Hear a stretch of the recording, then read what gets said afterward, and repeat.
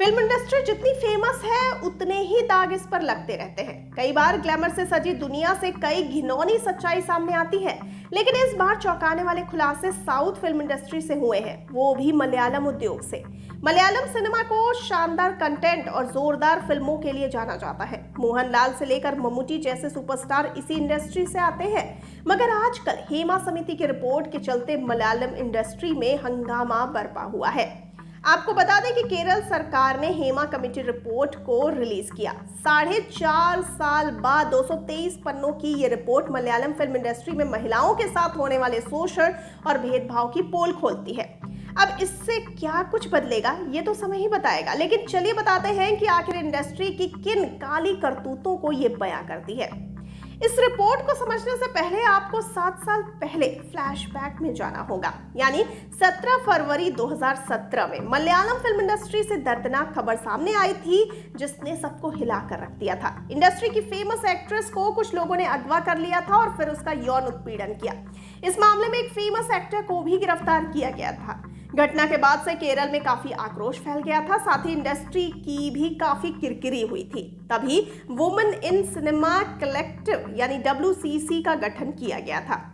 आइए सबसे पहले तो जानते हैं कि क्या है ये हेमा कमेटी रिपोर्ट। तो आपको बता दें कि केरल उच्च न्यायालय ने सेवानिवृत्त न्यायाधीश न्यायमूर्ति के हेमा की अध्यक्षता में 3 सदस्यीय समिति का गठन किया। इस कमेटी ने साल 2019 में मुख्यमंत्री पिनाराई विजयन ने 295 पन्नों की रिपोर्ट सौंपी। इस रिपोर्ट में इंडस्ट्री के सैकड़ों महिला कलाकारों, आर्टिस्ट और लोगों से बातचीत कर बयानों को रिकॉर्ड किया गया, मगर सरकार ने इस रिपोर्ट की गंभीरता को देखते हुए इसे कभी सार्वजनिक नहीं किया। आपको बता दें कि इस रिपोर्ट में कई चौंकाने वाले अनुभवों को शेयर किया गया। जैसे एक फेमस एक्टर ने कमेटी को बताया कि यहाँ एक लॉबी काम करती है जो काफी ताकतवर है। काम करने का तरीका बिल्कुल माफियाओं की तरह है, वो किसी को भी बैन कर सकते हैं, बेशक कोई रूल ऐसा हो या नहीं। वहीं कुछ जूनियर कलाकारों और हेयर स्टाइलिस्ट ने बताया कि जूनियर कलाकारों का हाल तो और भी ज्यादा खराब है, उनके साथ तो गुलामों जैसा बर्ताव किया जाता है। वही रिपोर्ट ये भी बताती है कि टॉयलेट जैसी सुविधा इन कलाकारों को नहीं मिलती है। महिलाओं के साथ यौन शोषण तो आम है। कास्टिंग काउच कोई नई बात नहीं है, कोड वर्ड में बातें की जाती हैं। अगर कोई महिला समझौता नहीं करेगी तो काम भूल ही जाए। आइए जानते हैं क्यों देर से रिपोर्ट को रिलीज किया गया।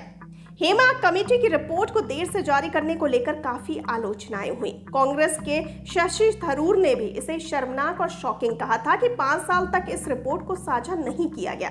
वहीं केरल सरकार का कहना है कि उन्होंने संवेदनशील जानकारी और गोपनीयता संबंधी चिंताओं को देखते हुए इसे जारी नहीं किया था। खुद जस्टिस हेमा ने पत्र लिखकर सरकार से कहा था कि सेंसिटिव जानकारी को साझा न किया जाए।